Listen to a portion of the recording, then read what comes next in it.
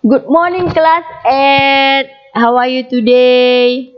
Bertemu lagi dengan Miss Afrina di sini. Miss akan melanjutkan pelajaran kita yang kemarin, yaitu melalui teks eksplanasi. Bagian C, menelaah isi, struktur, dan kaidah teks eksplanasi. Isi teks eksplanasi menjelaskan tentang suatu proses atau rangkaian suatu fenomena yang terjadi. Berarti suatu fenomena yang terjadi berarti itu peristiwa atau bencana. Nah, baik itu berupa sosial, alam, maupun berupa budaya. Oke, next. Nah, bagian kedua yaitu struktur teks eksplanasi. Bagian pertama, pengenalan fenomena, berarti pengenalan suatu rangkaian peristiwa. Yang kedua, rangkaian peristiwa, berarti alur dalam sebuah cerita. Ulasan, berarti ringkasan dalam fenomena itu. Bagian ketiga yaitu kaidah kebahasaan teks eksplanasi. Yang pertama, menggunakan konjungsi kausalitas. Kausalitas itu Nagu menggunakan sebab akibat, berarti menggunakan konjungsi sebab, karena, oleh, sebab itu, dan lain-lain. Dan yang kedua, menggunakan konjungsi kronologis, berarti urutan waktu. Nah, menggunakan konjungsi seperti, lalu, setelah itu, dan lain-lain.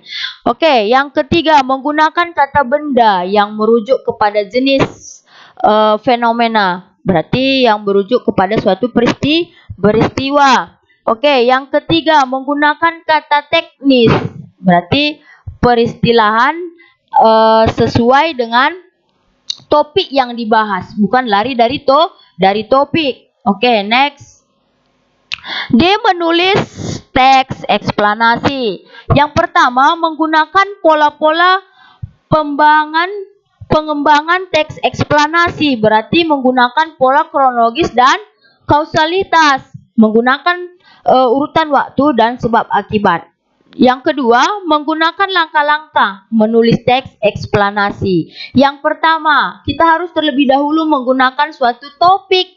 Nah, apa rangkaian peristiwanya? Nah, kita menentukan satu topik dulu agar bisa dibahas dengan baik.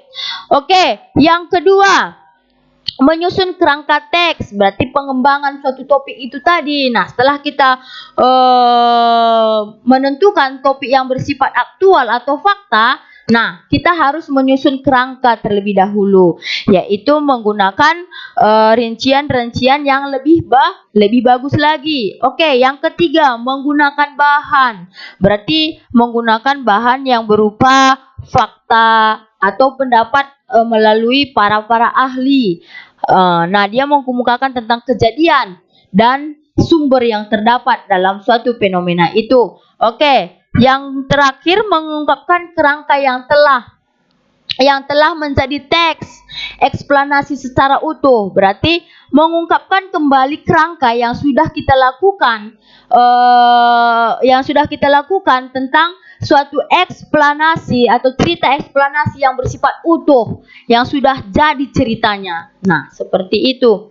Oke, anak-anak Miss, cukup sekian pelajaran lanjutan dari teks eksplanasi ini. Semoga apa yang disampaikan hari ini bermanfaat untuk kita. Dan jangan lupa kerjakan tugasnya. Nah, setelah dikerjakan, kirimkan melalui WA pribadi Miss. Oke, see you tomorrow.